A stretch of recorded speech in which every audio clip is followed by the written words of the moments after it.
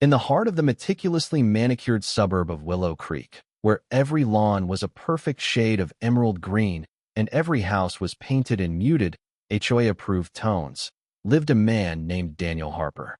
Daniel was a man of simple pleasures. His morning coffee on the back porch, the rustling of leaves in the gentle breeze, and the soft, melodic tinkling of his wind chimes. These chimes, a gift from his late mother, were more than just a decoration. They were a connection to his past, a reminder of her love and the peaceful moments they had shared. But in Willow Creek, peace was a commodity, and it was strictly regulated by the Homeowners Association, led by the formidable Margaret Whitaker. Margaret was a woman who thrived on control, her life a symphony of rules and regulations. She was the self-appointed guardian of Willow Creek's tranquility, and she took her role very seriously. Her idea of a perfect neighborhood was one where the only sounds were the distant hum of lawnmowers and the occasional chirp of a bird. Anything else was considered a disturbance, a violation of the sacred quiet enjoyment clause in the HOA bylaws. Daniel had always known that his wind chimes were a risk. They were, after all, a deviation from the sterile silence that Margaret so dearly cherished. But he had hoped that their gentle, soothing tones would go unnoticed, blending seamlessly with the natural sounds of the neighborhood. He was wrong. It started with a knock on his door, sharp and insistent, like the rap of a judge's gavel. Margaret stood on his porch, her arms crossed, her lips pursed in a disapproving frown. Her floral print dress, a stark contrast to her severe expression, seemed almost comical in its clash with her demeanor. "Mr. Harper," she began, her voice as brittle as dry leaves.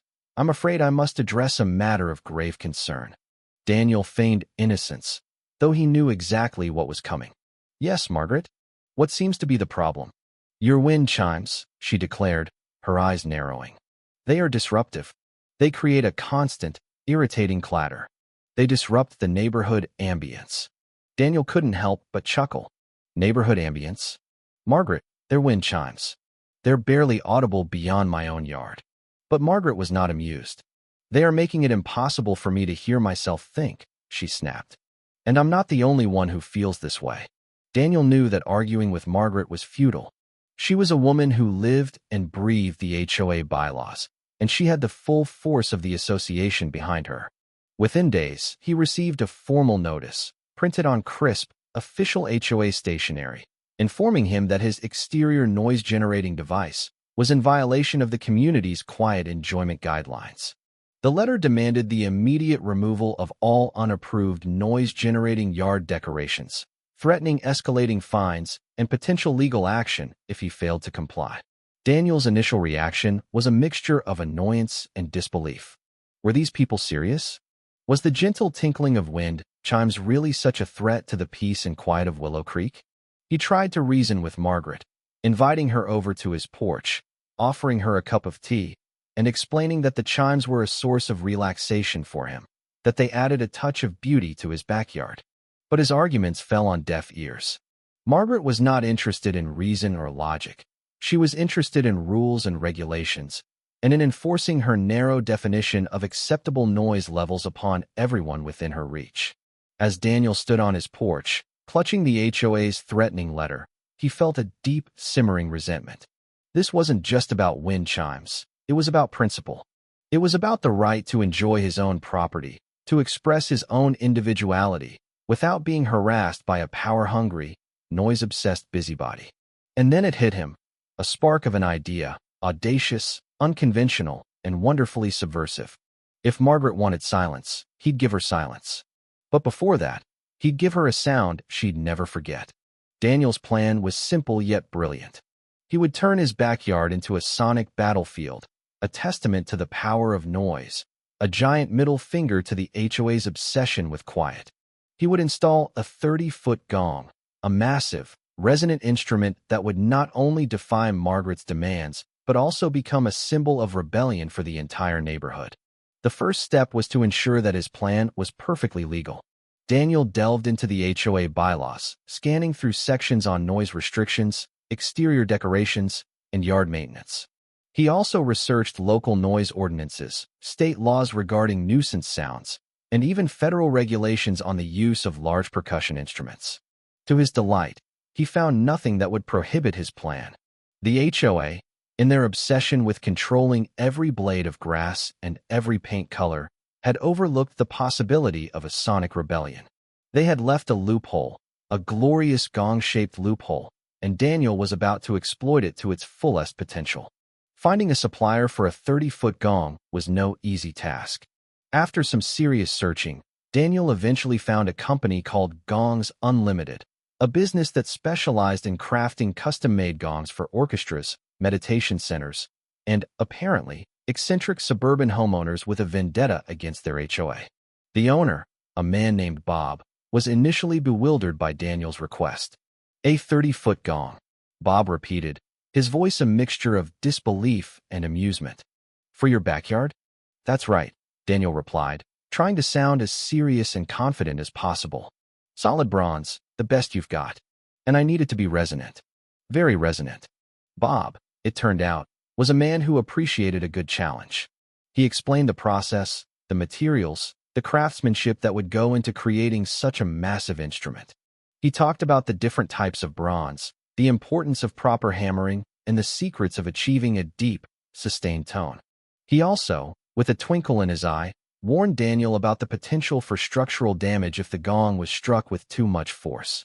The price was astronomical, of course, but Daniel considered it an investment in his peace of mind, in his freedom, and in the glorious, satisfying sound of Margaret Whitaker's impending meltdown. He placed the order, and the countdown began. The arrival of the gong and the accompanying construction crew was an event that would forever be etched in the memories of the residents of Willow Creek. It was like watching a scene from a disaster movie, only instead of a giant asteroid or a rampaging monster, it was a 30-foot bronze gong. First came the steel framing, a massive, towering structure designed to support the immense weight of the gong. It rose from Daniel's backyard like a skeletal skyscraper, dwarfing the surrounding houses and casting a long, ominous shadow over Margaret Whitaker's perfectly manicured lawn. Then came the gong itself, delivered on a flatbed truck, wrapped in protective layers of padding, and looking like some kind of ancient mythical artifact. It took a crane, a team of workers, and a whole lot of careful maneuvering to hoist it into place, securing it to the steel frame with heavy-duty chains. The neighbors, as always, were watching. They gathered on their lawns, their expressions a mixture of awe, amusement, and a growing sense of what on earth is going on over there. Children pointed and gasped, dogs barked, and even the teenagers, normally glued to their phones, seemed impressed. Margaret Whitaker, of course, was not amused. She stood on her porch, her arms crossed, her face a mask of fury and disbelief. She made frantic phone calls, presumably to the HOA, to the city, to anyone who might be able to stop the madness unfolding in Daniel's backyard. Daniel, meanwhile, maintained his usual facade of innocent unconcern. He waved cheerfully to the neighbors, offered them refreshments, and explained that he was simply installing a piece of yard art, a cultural installation designed to enhance the neighborhood's aesthetic. He even, on one occasion, offered Margaret earplugs, suggesting that she might find them helpful in dealing with the ambient sounds of the neighborhood. She did not appreciate the gesture. With the gong fully installed, the steel frame secured, and the giant wooden mallet custom-made and in hand, it was time for the inaugural strike. Daniel had chosen the moment carefully, sunset on a Friday evening, just as Margaret Whitaker was likely settling down for a quiet evening of beige-themed relaxation. He stood before the gong, feeling a mixture of excitement, anticipation, and a touch of nervousness. This was it, the culmination of weeks of planning, research, and construction. The moment of truth. Daniel took a deep breath, raised the mallet, and with all his might, struck the gong. The sound was extraordinary. It was a deep, resonant, earth-shaking boom that seemed to vibrate through the very ground beneath his feet. It was a sound that could wake the dead, a sonic boom that echoed through the quiet suburban streets of Willow Creek. The neighbors, who had been warned, mostly, about the impending noise, reacted with a mixture of awe and amusement. Some cheered, some clapped, some simply stared in open-mouthed wonder. Birds took flight from the trees, startled by the sudden, overwhelming sound. Dogs barked, car alarms blared in the distance. And, as Daniel had hoped, Margaret Whitaker's windows rattled. He could see her silhouette in her living room window, her hands clapped over her ears, her face a mask of pure, unadulterated rage. It was magnificent. It was ridiculous. It was glorious. The aftermath of the inaugural Gong strike was, to put it mildly, dramatic. While the rest of the neighborhood reacted with a mixture of amusement, awe, and a healthy dose of what the heck was that, Margaret Whitaker reacted with the predictable fury of 1,000 suns. She stormed over to Daniel's property, her face a mask of apoplectic rage, her floral print dress billowing around her like a sail in a hurricane. She was practically vibrating with indignation, her voice reaching a pitch that only dogs could hear. "This is unacceptable," she shrieked, pointing a trembling finger at the massive bronze disc hanging in Daniel's backyard. "You've turned your backyard into a Buddhist temple." Daniel emerged from behind the gong, a picture of calm, unruffled composure. "Good evening, Margaret," he said, his voice dripping with feigned politeness. "I see you've noticed my new addition. What do you think? I call it the Titan Gong." "It's a gong," she roared, her voice cracking with outrage. "A giant, earth-shaking, window-rattling gong. It's noise pollution. It's disruptive. It's a cultural art installation, Margaret," Daniel corrected her gently. "A celebration of sound and vibration, a testament to the power of human creativity. And as I'm sure you're aware, decorative outdoor percussion is perfectly permissible under the HOA guidelines." He paused for effect. "I only strike it twice a day, sunrise and sunset. Think of it as a neighborhood wake-up and wind-down call." You're insane," she sputtered, her face now a shade of purple that Daniel had previously only seen on overripe plums. "I'll have it removed. I'll call the police." Feel free," Daniel said with a shrug. "I've already checked with the city. It's all perfectly legal." Watching Margaret's face contort with rage and disbelief was more satisfying than any gentle chime could ever be. She was a cartoon villain, a caricature of outrage, a walking, talking embodiment of HOA tyranny. And she was completely, utterly powerless against Daniel's giant, bronze, legally sound gong. Margaret, true to form, immediately called an emergency HOA meeting, demanding the immediate removal of the Titan Gong and a complete overhaul of the neighborhood's noise pollution regulations. She envisioned a swift condemnation of Daniel's monstrosity, a unanimous vote to silence the gong forever, a restoration of order and quiet to Willow Creek. She was, as usual, in for a rude awakening. The meeting, held in the same beige-walled community center room, was a scene of utter chaos. Margaret, looking increasingly frantic and disheveled, presented a PowerPoint presentation titled "The Gong Crisis, a Threat to Our Community."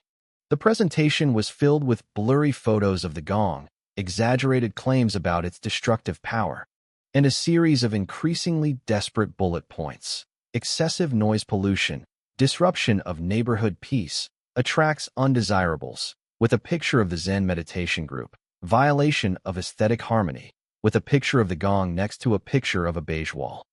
Her arguments were met with a mixture of skepticism, amusement, and outright hostility. Some members, secretly delighted by Margaret's torment, asked pointed questions about the HOA's authority to regulate artistic expression. Others, genuinely intrigued by the gong, suggested that maybe it wasn't so bad after all. "It's kind of calming, actually, Mrs. Gable said tentatively. "My grandkids love it," Mr. Henderson added. "They call it the Big Boom Boom." Margaret's carefully constructed world was crumbling around her. The HOA, once her loyal army of beige-clad enforcers, was now a divided, unruly mob. And the gong, her nemesis, was gaining support. Just as Margaret was about to launch into another tirade about the dangers of large percussion instruments, Daniel decided to play his trump card. "Actually, Margaret," he said, interrupting her mid-sentence, "I'd like to introduce a few guests." He gestured towards the entrance of the room, and in walked a group of serenely smiling individuals, dressed in flowing robes and carrying meditation cushions. It was the local Zen meditation group, the Silent Lotus Society, who had contacted Daniel earlier in the week, expressing their interest in using his backyard for their practice. Their leader, a calm, soft-spoken woman named Anna, addressed the assembled HOA members. "We've been using Mr. Harper's gong for our morning and evening meditation sessions," she explained, "and we found it to be incredibly beneficial. The deep, resonant sound helps us to focus our minds, to connect with our inner selves, and to achieve a state of profound tranquility." She went on to describe the healing vibrations of the gong, its ancient spiritual significance, and its positive impact on the community's overall well-being. She even offered to lead a brief demonstration, inviting the HOA members to experience the calming power of the gong for themselves. The effect was immediate. The HOA members, initially hostile and suspicious, were now intrigued, even relaxed. The Zen practitioners, with their serene smiles and their talk of inner peace, had completely disarmed them. Margaret, meanwhile, looked like she was about to explode. She had been outmaneuvered, out-Zened, and utterly defeated by a group of people who found inner peace in the sound of a giant, booming gong. And then, of course, it went viral. Someone, presumably one of the Zen practitioners, posted a video of their morning meditation session, with the gong's deep, resonant sound providing the backdrop. The video spread across social media like wildfire, attracting attention from all corners of the internet. People were fascinated by the story, by the sheer audacity of building a 30-foot gong to annoy an HOA president. They were captivated by the sound, by the image of the serene meditators, and by the ongoing saga of Margaret Whitaker's increasingly desperate attempts to silence the monstrosity. Local news outlets picked up the story, dubbing it the Great Gong War of Willow Creek, and interviewing delighted neighbors and a very, very unhappy Margaret Whitaker. National news outlets followed, then international. The online comments were a mixture of amusement, admiration, and a healthy dose of schadenfreude. "This is the most epic HOA revenge story I've ever heard," one user wrote. "Give this man a medal," declared another. "I want a giant gong in my backyard," a third commented. Daniel started receiving requests from all sorts of people. Musicians wanted to record with the gong, yoga instructors wanted to hold classes in his backyard, and a local art gallery even contacted him, proposing an exhibition featuring the Titan gong as its centerpiece. His backyard, once a source of neighborhood controversy, was now a viral sensation, a symbol of rebellion, a testament to the power of sound, and a surprisingly popular destination for those seeking inner peace, or just a really good Instagram photo. Margaret, in a last-ditch effort to silence the gong, reported Daniel to the city. She claimed it was a public nuisance, a noise violation, and a threat to the structural integrity of neighboring homes. Apparently, she believed the gong's vibrations could cause earthquakes. The city, obligated to investigate, sent an inspector to Daniel's house. He was a young, surprisingly cheerful guy named Kevin. "So," Kevin said, after Daniel had led him to the backyard and shown him the Titan gong, "you're telling me this gong is causing problems?" "Only for one person," Daniel replied with a grin. Kevin proceeded to conduct his inspection. He measured the gong's dimensions, checked the structural integrity of the steel frame, and took several decibel readings, both during a strike and during periods of silence. His conclusion: the gong was perfectly legal. It met all applicable noise ordinances. Daniel had been careful to only strike it during permitted hours. It was structurally sound, and it posed no threat to public safety. He even, to Daniel's amusement, complimented him on the unique artistic design and the surprisingly calming sound. Margaret, who had been watching the entire inspection from her window, looked like she was about to spontaneously combust. The city inspector's verdict was the final nail in the coffin for Margaret's anti-gong campaign. The HOA, already divided and demoralized by the viral fame of the Titan gong and the growing support from the neighborhood, completely fractured. Some members, secretly delighted by Margaret's torment, openly sided with Daniel, praising the gong as a unique cultural asset and a symbol of community spirit. Others, still clinging to the remnants of Margaret's authority, tried to argue for some form of compromise, perhaps limiting the gong strikes to special occasions or designated hours. But it was no use. The tide had turned. The neighborhood had spoken, and they had spoken in favor of the gong. The HOA meetings, once dominated by Margaret's shrill complaints and petty grievances, became battlegrounds of conflicting opinions, with Margaret's voice increasingly isolated and ignored. The end, when it came, was swift and decisive. Margaret Whitaker, the once feared queen of quiet, the self-appointed sheriff of Willow Creek, sold her house and moved away. She didn't announce her departure, didn't say goodbye to anyone, just packed her belongings into a moving truck and vanished, presumably to inflict her noise-averse tyranny on some other unsuspecting community. Her reign of terror was over. Her legacy, a cautionary tale whispered among the residents of Willow Creek. The silence she had so desperately craved had finally been achieved, but not in the way she had intended. The Titan Gong, once a source of controversy, became a beloved neighborhood tradition. Daniel continued to strike it twice a day, at sunrise and sunset, its deep, resonant sound a reminder of the day they defeated the HOA and embraced the power of noise.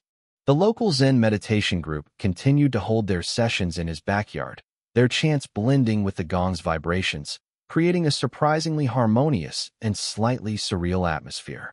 The neighborhood children, inspired by the gong's imposing presence, started calling Daniel's house the Gong Temple and inventing elaborate stories about its mythical origins. Even the HOA, under new, more enlightened leadership, embraced the gong, including it in the neighborhood's promotional materials and describing it as a unique cultural landmark and a testament to the community's artistic spirit. The irony, of course, was delicious. And so, Daniel remained the unlikely guardian of the Titan Gong, the accidental hero of Willow Creek. His backyard, once a battleground in the war against wind chimes, was now a sanctuary, a place of peace, beauty, and the occasional earth-shaking boom. It was sunset. Daniel stood before the gong, mallet in hand, ready for the evening strike. The sky was ablaze with color, the air was still, and the neighborhood was hushed, anticipating the sound. A new neighbor, a young couple who had just moved in down the street, walked by. "Excuse me," the woman said. "We're new to the neighborhood. We were just wondering, what's the deal with the giant gong?" Daniel smiled. "It's a long story," he said. "But the short version is we had a bit of a disagreement with the previous HOA president about wind chimes." They laughed. "Well," the man said, "we love it. It's unique." "It is," Daniel agreed. "It is." He raised the mallet, took a deep breath, and struck the gong. The sound washed over them, a deep, resonant wave of vibration that seemed to shake the very ground beneath their feet. Who knew that a set of wind chimes and a burning desire for revenge could lead to all this? "I guess sometimes you just have to install a 30-foot gong to find your peace," Daniel thought as the sound slowly faded away. He lowered the mallet, a feeling of quiet satisfaction washing over him. To the Titan Gong, he whispered, raising an imaginary glass. "May its sound waves forever ripple through the suburbs, a warning to all future HOA tyrants." And with that, the gong's deep, resonant sound echoed through the quiet streets of Willow Creek, a reminder that sometimes the loudest statements are made in the quietest of places. Thank you for taking the time to listen to today's story on Store of Good Stories. If this story touched your heart or made you think, don't forget to hit like and share the video to spread this positive message to more people. And if this is your first time here, make sure to subscribe and turn on the notification bell so you won't miss any of the meaningful stories we share every week. Your support is the biggest motivation for Store of Good Stories to keep bringing heartfelt and valuable stories to you. See you in the next video.